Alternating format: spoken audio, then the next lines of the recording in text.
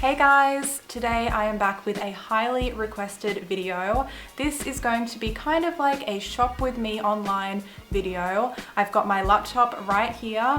I'm going to take you guys through my entire online shopping process, right from how I save and keep track of items, how I search for items, my favorite online stores, and a whole bunch of other good stuff, including my best online shopping tips that I've accumulated over the years. And we do have a lot of ground to cover with this video, so let's go ahead and get started.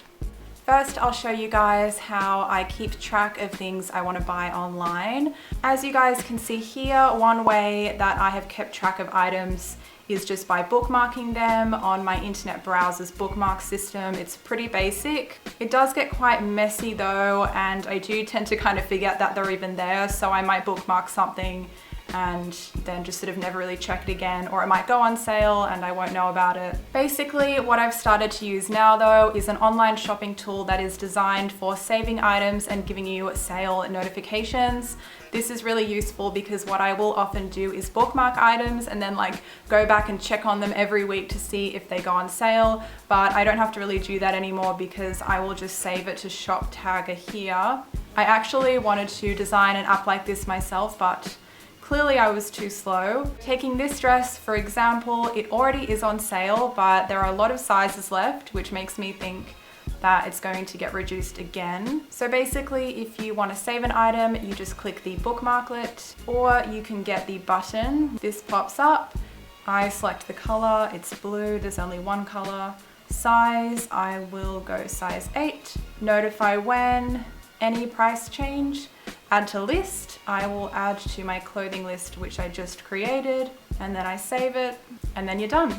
So if this or anything else on my list goes on sale, I will get an email notification and push notifications on my smartphone because I have the app as well. You can customize your notifications, of course. It's a really, really useful tool if you do want to kind of have a nice, neat visual reference of everything you want to buy online, and it also allows you to keep an eye on stock levels. Currently it supports all the biggest retailers, and I do believe it is expanding and they keep adding stores, so it supports even more stores, but they do support ASOS, so I'm pretty much all set. I will be sure to list all the websites I mentioned down below, so if you want to try out Shop Tagger, I will put a link in the description box for you guys. So now I'm going to show you guys how I search for items. This is where I have some of my best tips and hacks because you can save so much time and find really good items if you know how to search for them. So I'll start with some of my more basic searching tips, which I'm sure a lot of you guys know.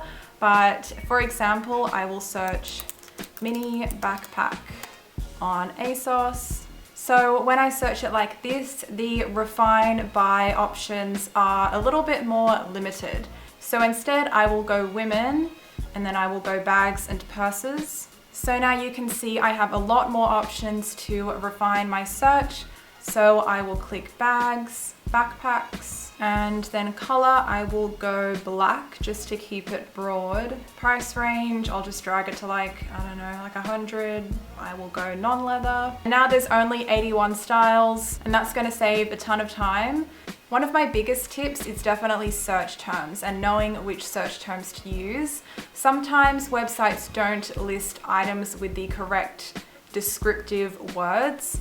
So you have to kind of think of all the different ways you could describe an item. So just on ASOS, for example, I'm going to search for a mock neck top. As you can see, only one item came up, which is ridiculous because I know they have other mock neck tops, but clearly ASOS don't call them mock neck tops. So we have to think what ASOS would call them. Let's try high neck top. And there we go, we've got a whole bunch more. Very similar ones to the neckline of the top we just saw. And another term we can try is turtleneck. Let's try turtleneck top. There you go. They have 3 different ways of describing that kind of neckline. That's why it's really important to think outside the box when it comes to search terms. You can't just search one thing, you have to think of every other possible name that an item could have. Now I'm going to try this on eBay, but I'm going to show you another really awesome trick as well. What I'm going to try and find on eBay is a high-waisted mini skirt in an A-line shape with buttons down the front, ideally in corduroy fabrics. So let's try that. And we're going to use all our search terms first. High-waisted mini A-line corduroy. So only 2 results came up. Now let's just try button mini skirt. Now there's a ton more options, but there's a lot of stuff that I don't want.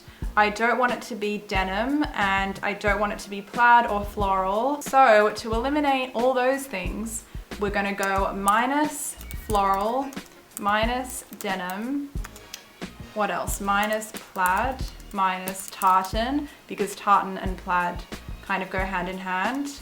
And you could also go minus check or checkered, because people use those words to describe that pattern as well. I'm also going to say minus stripe, because I don't want it to have stripes. So we have 733 listings, and now we have 453, so that's narrowed it down.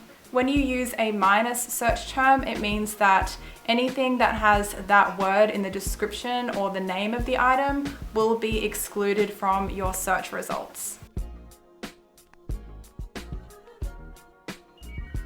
And basically you can continue to narrow it down just by scrolling and looking at what came up.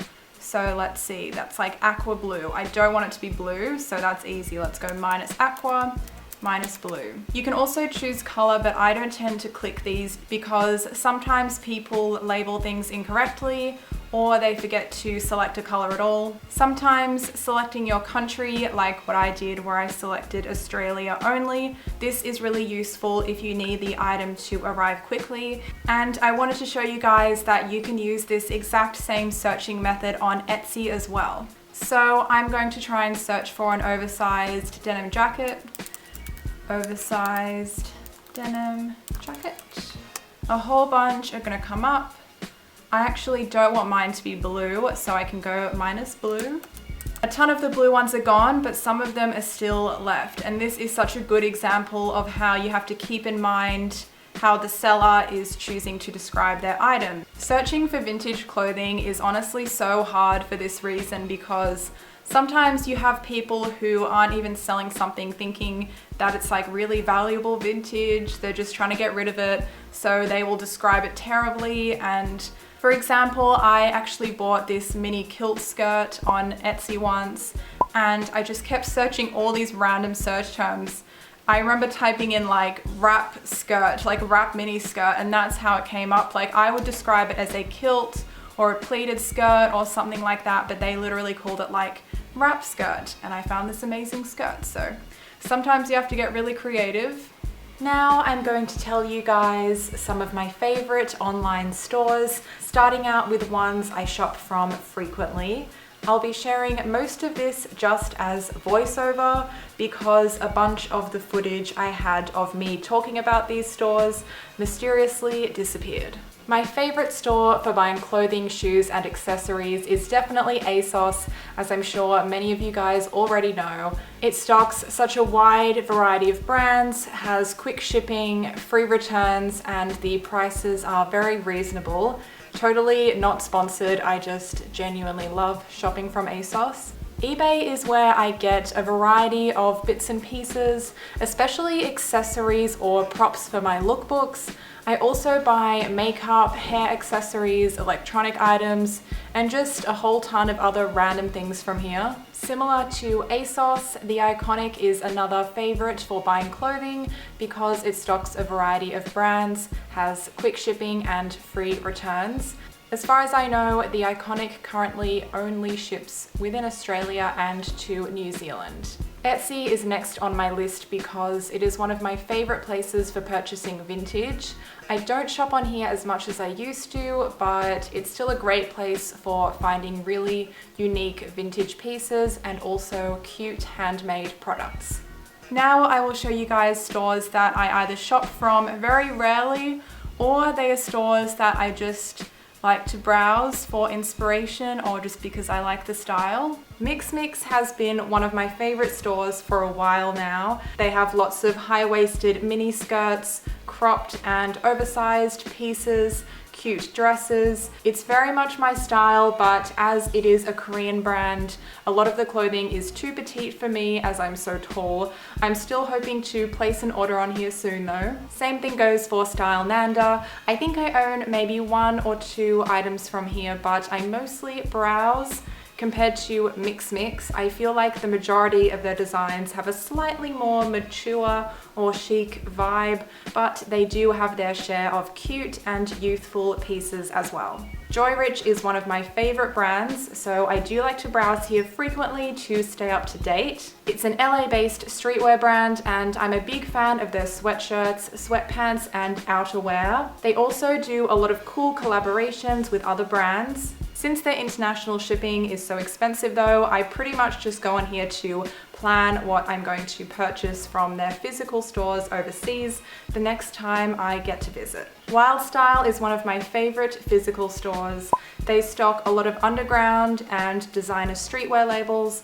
A lot of their pieces are kind of too edgy for my personal style, but I still really enjoy looking. It kind of helps me expand my fashion knowledge a little as well. On that note, V-Files serves the exact same purpose. They also stock many new and upcoming brands, so it's a great way to find out about those. I honestly find fashion design and trends super fascinating, so even though I don't get to wear these styles, I just really enjoy viewing them online. I like to check out the opening ceremony online store to browse new collections, get inspiration, and once again, like the previous 2 stores I mentioned, it's a great way to stay up to date, to see what's new and learn about new brands. They stock a huge variety of global designer labels and emerging designers. Lastly, I wanted to mention Ada. I've only known about this brand for the past 6 months or so, but they are another Korean brand that I like to browse often. They are definitely nailing the normcore trend, and many of the designs are constructed in really interesting ways. My favorite thing to check out is their outerwear,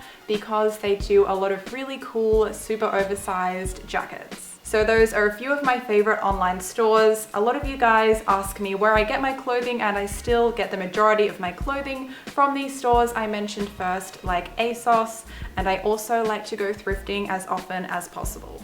So next I wanted to share a tip with you guys, and that is to know your measurements. There are 2 types of measurements that you should know, and those are your actual body measurements and also the flat lay measurements of clothing that fits you really well. Body measurements are really helpful if you want to compare your measurements to that of the model that's wearing the clothing item that you're interested in buying. And knowing the flat lay measurements of clothing you already own that fits you well is very useful if you want to compare it to the measurements that are sometimes provided in the item description online. The most important flat lay measurements to have would be shoulder, chest, waist, hip, total length, and sometimes sleeve length.